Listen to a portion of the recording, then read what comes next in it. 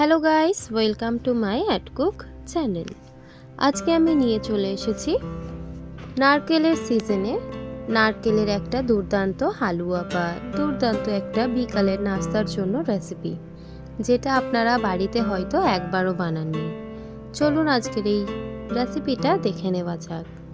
তার জন্য এখানে আমি দেখুন এরকম একটা মিডিয়াম সাইজের নারকেল নিয়ে নিয়েছি।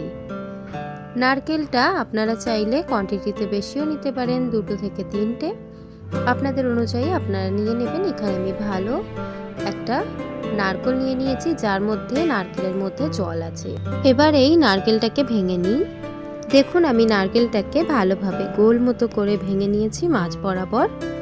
এবার নারকেলের মধ্যে যে শাঁসটা রয়েছে অনেকটাই মোটা রয়েছে, তো এবার নারকেলটাকে ভালোভাবে গ্রেট করে নেব। যে কোনো একটা গ্রেটারের সাহায্যে, চাইলে আপনারা মিক্সিং জারের মধ্যে নারকেলটাকে কুচি কুচি করে দিয়েও ভালোভাবে গ্রেট করে নিতে পারেন।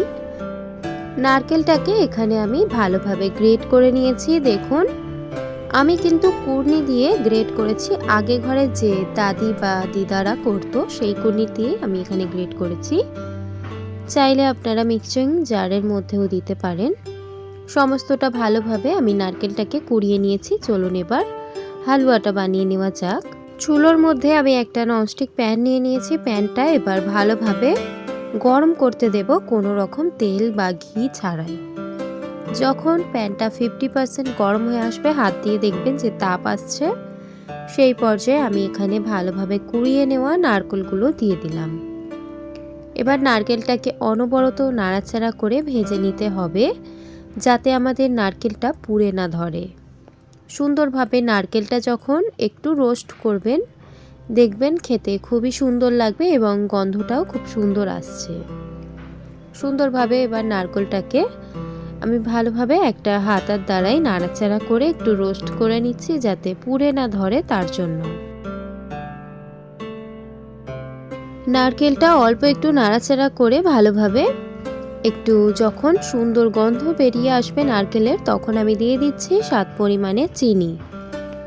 চিনিটা দিয়ে দেওয়ার পর এবারে কিন্তু কড়াইয়ের মধ্যে ধরে যেতে পারে, তাই অনবরত নাড়াচাড়া করে চিনি এবং নারকেলটাকে ভালোভাবে মিক্স করে নিতে হবে, যাতে চিনির মধ্যে নারকেলের মধ্যে চিনিটা যাতে ভালোভাবে অ্যাবসর্ব হয়। তার কারণে এখানে আমি ভালোভাবে নাড়াচাড়া করে কষিয়ে নিচ্ছি একটু।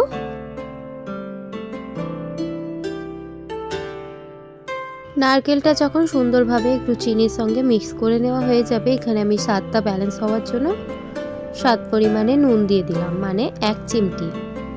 নুনটাও দিয়ে ভালোভাবে এবার মিক্স করে দিচ্ছি, যাতে আমাদের নারকেলের মধ্যে ভালোভাবে একটা ফ্লেভার আসে। এবং যে কোনো মিষ্টি জিনিসে একটু নুন দিলে চিনিটা কিন্তু ব্যালেন্স হয়। এবার দেখুন নাড়াচাড়া করে নারকেলটাকে খুবই অনবরত নাড়াচাড়া করতে হবে, না হলে কিন্তু এখানে পুড়ে ধরতে পারে। যখন নারকেলের মধ্যে চিনিটা 50% গলে আসবে, সেই পর্যায়ে এখানে আমি একটা দিয়ে দিচ্ছি শুকনো তেজপাতা।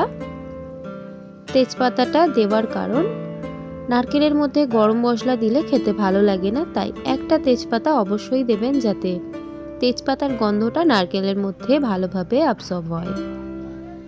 যখন ভালোভাবে তেজপাতা দিয়ে নাড়াচাড়া করবেন, দেখবেন খুবই সুন্দর একটা নারকেল থেকে গন্ধ বেরিয়ে আসছে। এবং সেই পর্যায়ে আমি একটু নাড়াচাড়া করছি আরও একটু, যাতে ভালোভাবে চিনিটা গলে গিয়ে নারকেলটাকে ভালোভাবে সিদ্ধ হয়। যেহেতু উইন্টার সিজন, এই পর্যায়ে তার জন্য আমি একটু গুড় ব্যবহার করেছি। চাইলে এখানে আমি 3 টেবিল চামচ দিয়েছি, আপনারা নাও দিতে পারেন। গুড়টা দিয়ে দেওয়া হয়ে গেলে এবার ভালোভাবে নারকেলের মধ্যে মিক্স করে নেব। গুড়টা কিন্তু নারকেলের মধ্যে দিলে গুড় আর নারকেলের যে একটা সুন্দর টেক্সচার আছে, সেটা কিন্তু খুবই সুন্দর স্বাদ লাগে খেতে। গুড় দিয়ে ভালোভাবে নারকেলের সঙ্গে নাড়াচাড়া করছি। এবং নারকেলের যদি আপনারা কালার করতে চান, তাহলে আমি এখানে ফুড কালার ব্যবহার করছি। তার জন্য এখানে আমি বুশ জাফরান ব্যবহার করছি, প্রায় অল্প। জাফরানটা দিয়ে এবার ভালোভাবে নাড়াচাড়া করে মিক্স করে নিচ্ছি অল্প একটু কালারের জন্য। চাইলে আপনারা দিতেও পারেন, নাও দিতে পারেন। সমস্ত উপকরণ দিয়ে যখন নাড়াচাড়া করবেন তারপর নারকেলটা খুবই সুন্দরভাবে সিদ্ধ হয়ে আসবে এবং একটা খুবই সুন্দর সেন্ট ছাড়বে নারকেল থেকে। সেই পর্যায়ে বুঝে নিতে হবে নারকেলের হালুয়া পুরোপুরি রেডি। দেখুন আমি আপনাদের নারকেলের একটু জুসি টাইপের টেক্সচারটা দেখালাম। এভাবে করে বাড়িতে বাচ্চা থেকে বড় সবাইকেই কিন্তু আপনারা এরকম নারকেলের হালুয়া বানিয়ে দিতে পারেন।